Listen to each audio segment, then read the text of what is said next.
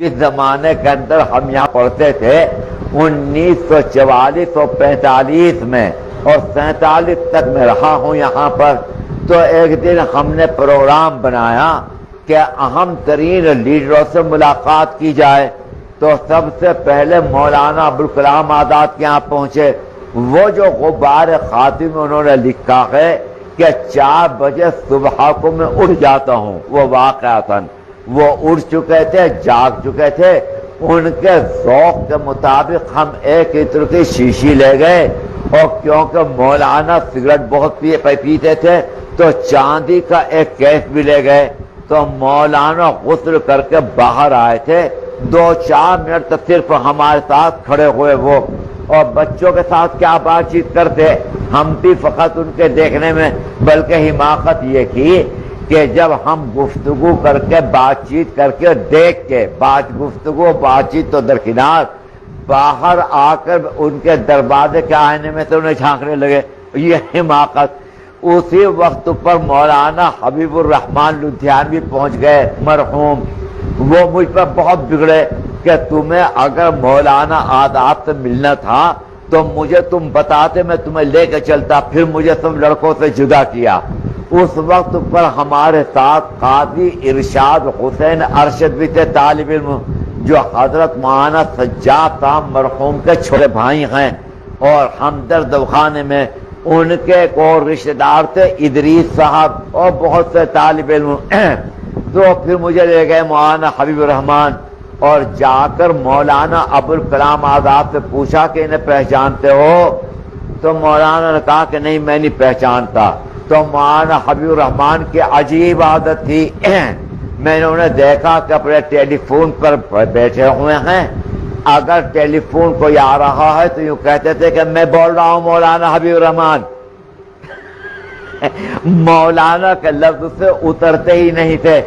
صبح کو ان کے یہاں پر ایک مجلس ہوتی تھی قرآن مجید کی، اس میں ان کے صاحبزادے ہوتے تھے، مولوی عزیز الرحمان صاحب مرحوم، جنہوں نے جامعہ ملیہ کی ایک شاخ کھولی تھی، اور اس کے ساتھ ساتھ ان کے بڑے لڑکے مولانا خلیل الرحمان اور بھی۔ تو مولانا حبیب الرحمان کا درس قرآن ہوتا تھا، اور دسو تو مولانا خلیل ہن تیری کی رائے ہے؟ اپنے بیٹوں کہتے تھے کہ او مولانا خلیل، تو اب اپنی رائے بیان کری ساتھ کے متعلق کہ تیری کیا رائے ہے؟ پھر اس کے بعد کہتے تھے او مولانا عزیز الرحمان، تو دس ہن کی گل کہتا تو تھی۔ تو اپنے بیٹوں کو بھی مولانا کہا کرتے تھے۔ تو مجھے لے گئے، ان کی عادت تھی، اور مولانا ابوالکلام آزاد سے جا کر بولے کہ انہیں پہچانتے ہو؟ اپنے خاص انداز میں لب و لہجہ بہت ان کا عجیب و غریب تھا۔ تو مولانا ابوالکلام آزاد نے کہا کہ میں نہیں جانتا بھائی، پہچانتا نہیں۔ فرمایا کہ یہ امیر المومنین فی الہند، امیر المومنین حدیث کے صاحبزادے مولانا انور شاہ کے، ان کے سر پہ ہاتھ رکھو، فوری طور پر ہاتھ رکھو۔ تو مولانا ابوالکلام آزاد نے میرے سر کے اوپر ہاتھ رکھا۔ وہاں سے ہم نکل کر گاندھی جی کے یہاں پہنچے، تو گاندھی جی نے ہمارے سامنے ایک سلیٹ پیش کر دی اور کہا کہ میرا آج مون برت ہے، اگر تمہیں کچھ لکھنا ہے تو اس کے اوپر لکھ دو۔ ظاہر ہے کیا لکھتے؟ وہاں سے نکل کر ہم جواہر لال کے یہاں پہنچے، وہ اپنی ایک رشتہ دار بہن کے یہاں ٹھہرے ہوئے تھے۔ تو جواہر لال کو ہم نے اس حال میں دیکھا کہ انہوں نے جاگیا پہن رکھا تھا اور ایک بنیان پہن رکھا تھا کھدر کا، اور اپنے چپل کے اوپر اپنے ہاتھ سے پالش کر رکھے تھے۔ ہمیں کرسیوں کے اوپر بٹھا دیا، خود نیچے پالش کرتے رکھے، اور ہم سے بات چیت کرتے رہے ہماری ہی سطح کے مطابق۔ یہ بات ہے مسئلہ یہی کہ پڑھا کرو، پڑھنے میں بڑا فائدہ ہے، اس سے مستقبل چمکتا ہے، تابناک ہوتا ہے، فلاں فلاں۔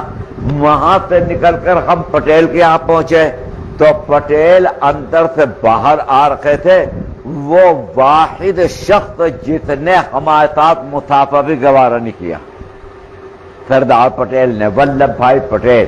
ہم پھر قائد اعظم کے رہائش پر پہنچ گئے، تو قائد اعظم کے ہلکی ہلکی سردی تھی، ان کا سیکریٹری باہر بیٹھا ہوا کچھ لکھ رہا تھا۔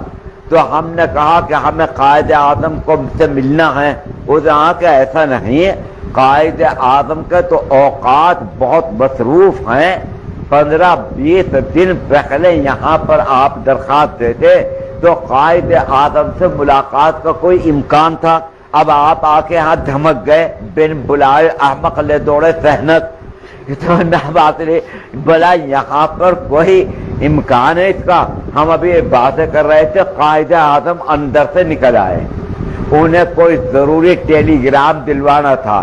تو قائد اعظم کے گلے میں آتشی گلاس پڑا رہتا تھا، عینک نہیں لگاتے تھے. اس آتشی گلاس کو اٹھا کر وہ تحریر کو پڑھا کرتے تھے. اب ہم تو سب کے سب کانگریسی تھے، ٹوپی اوڑھ رکھی تھی تمام کے تو وہاں سے ہم نکلے، عجیب و غریب انداز کے اندر نکلے. یہ پہلا تاثر تھا